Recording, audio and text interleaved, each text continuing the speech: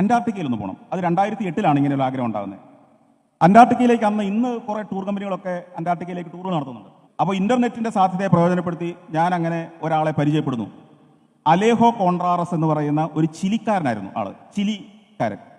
അദ്ദേഹത്തിന്റെ ബയോഡേറ്റ വായിച്ചു കഴിയുമ്പോൾ അദ്ദേഹം ദക്ഷിണ ധ്രുവത്തിലേക്ക് പലതവണ യാത്രകൾ ചെയ്തിട്ടുള്ളതാണ്. ദക്ഷിണ ധ്രുവം നിങ്ങൾക്കറിയാം എവിടെയാണെന്ന്, അന്റാർട്ടിക്കയിൽ തന്നെയാണ്.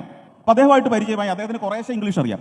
ഞങ്ങൾ ആശയവിനിമയം നടത്തി. ഞാൻ പറഞ്ഞു, ഞാൻ ഇങ്ങനെ ടെലിവിഷന് വേണ്ടി ട്രാവലോഗുകൾ ചെയ്യുന്ന ആളാണ്, എനിക്ക് അന്റാർട്ടിക്കയിലെത്താം, ദക്ഷിണ ധ്രുവത്തിലേക്ക് പോകാനുള്ള സമയമില്ല.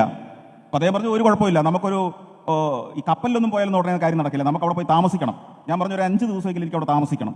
അദ്ദേഹം പറഞ്ഞു, ശരി, നമുക്ക് നോക്കാം. അങ്ങനെ ഞങ്ങൾ ആ സൗഹൃദം ഒരു 6 മാസം കഴിഞ്ഞപ്പോഴേക്കും ഒരു 6 പേരെ കൂടി അദ്ദേഹം കണ്ടെത്തി. അദ്ദേഹം തന്നെയാണ് അത് കണ്ടുപിടിച്ചത്. അമേരിക്കയിലും കാനഡയിലും ഒക്കെയുള്ള, ഈ UK നിന്നുമൊക്കെയുള്ള ഒരു 6 പേരെ കൂടെ കണ്ടുപിടിച്ചു. അങ്ങനെ അദ്ദേഹം ഇനീഷ്യേറ്റീവ് എടുത്തു. ഞങ്ങൾ അതിൻ്റെ പണം ആദ്യം തന്നെ കൊടുത്തു.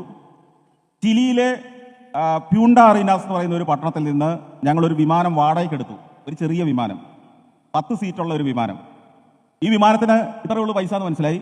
ഇത് പോയി മഞ്ഞിൽ ലാൻഡ് ചെയ്യാനൊക്കെ പറ്റുന്ന കപ്പാസിറ്റിയുള്ള വിമാനമാണ് ഈ വിമാനം. 2008 വിമാനം വാടകയ്ക്കെടുത്ത് അന്റാർട്ടിക്ക പോകുമെന്ന് പറഞ്ഞാൽ സങ്കല്പിക്കാൻ പറ്റുമോ? പക്ഷേ സങ്കല്പിക്കാൻ പറ്റാത്ത കാര്യങ്ങളും നമ്മൾ ആഗ്രഹിച്ചു കഴിയുമ്പോൾ നമ്മുടെ മുമ്പിലേക്ക് ഇങ്ങനെ തെളിഞ്ഞു വരിക സാധ്യതകൾ. ബന്ധങ്ങൾ ഉപയോഗിച്ചാണ് ഇതെല്ലാം സാധിക്കുന്നത്. അദ്ദേഹം പറഞ്ഞു, ഞാനിവിടെ വിമാനം ഞാൻ അറേഞ്ച് ചെയ്തിട്ടുണ്ട്, അവർ അഡ്വാൻസ് കൊടുക്കണം, ഇത്ര പൈസ ഇതെല്ലാവരും ഇടാൻ പറഞ്ഞു. ഞങ്ങൾ ഇട്ടു. അദ്ദേഹം അവിടെ അഡ്വാൻസ് കൊടുക്കുന്നു, വിമാനം റെഡിയാകുന്നു. ഞങ്ങൾ ചിലിയിൽ ചെല്ലുന്നു, ഈ പ്യൂണ്ട അറീനാസിൽ ചെല്ലുന്നു. യാത്രയുടെ തലേദിവസം ഞങ്ങൾ എല്ലാവരും ഒത്തുചേരുന്നു. പരസ്പരം അന്നാണ് ആദ്യമായിട്ട് എല്ലാവരും കണ്ടുമുട്ടുന്നത്. അത് കഴിഞ്ഞ് പിറ്റേ ദിവസം രാവിലെ എയർപോർട്ടിൽ ഇന്ന സ്ഥലത്ത് എത്താൻ പറയുന്നു. ഞങ്ങൾ അവിടെ വസ്ത്രങ്ങൾ എന്ത് വേണം, ബാക്കി ഫെസിലിറ്റികൾ എന്ത് വേണം, കൊണ്ടുപോകേണ്ട എന്തൊക്കെ തീരുമാനിക്കുന്നു. ഇങ്ങനെ അവിടെ ചെല്ലുന്നു. അതുവരെ അപ്പോഴും എനിക്ക് സംശയമാണ്, ഒരു വിമാനത്തിൽ വാടകയ്ക്കെടുത്ത് അന്റാർട്ടിക്കയിലേക്ക് പോകാൻ മരങ്ങാട്ടുപള്ളിക്കാരനായി എനിക്ക് സാധ്യമാണോ? പക്ഷേ സാധ്യമാണെന്ന് രാവിലെ അവിടെ ചെല്ലുമ്പോൾ ഈ കുഞ്ഞ വിമാനം അവിടെ റെഡിയായി കിടപ്പുണ്ട്.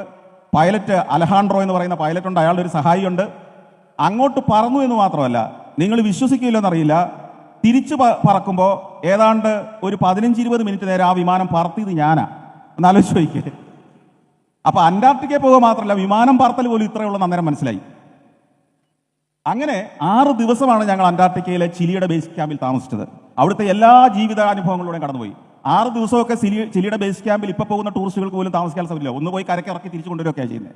അപ്പോൾ ഇത് 2008 സംഭവിച്ചൊരു കാര്യം. അപ്പോൾ ഞാൻ പറഞ്ഞത്, ഈ ഭൂമിക്ക് അപ്പുറത്തേക്ക് ഇമ്പോസിബിൾ എന്ന് പറഞ്ഞൊരു സാധനം ഇല്ല എന്നുള്ളത് നമ്മുടെ മനസ്സിനെ നമ്മൾ മനസ്സിലാക്കി കൊടുത്താൽ മതി.